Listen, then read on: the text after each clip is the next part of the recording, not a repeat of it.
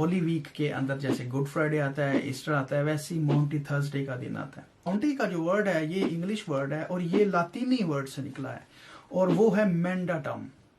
और मैंडाटम का मतलब है कमांडमेंट, हुक्म। इस दिन खुदा ने हुक्म दिया भी था। खुदा ने कहा था कि मैं तुम्हें एक नया हुक्म देता हूँ कि जैसे मैंने तुमसे मोहब्बत की वैसे तुम भी एक दूसरे से मोहब्बत करो।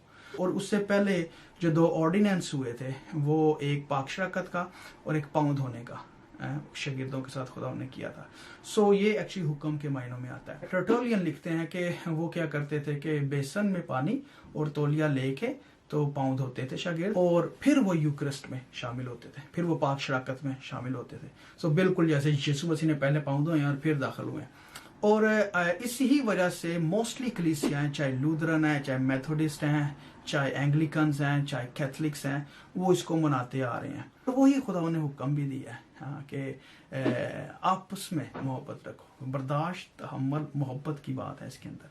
So Maunty Thursday, मेरे बहन भाइयों, is about the commandment, and the commandment is commandment of love, commandment of Holy Communion, and commandment of cleansing ourselves.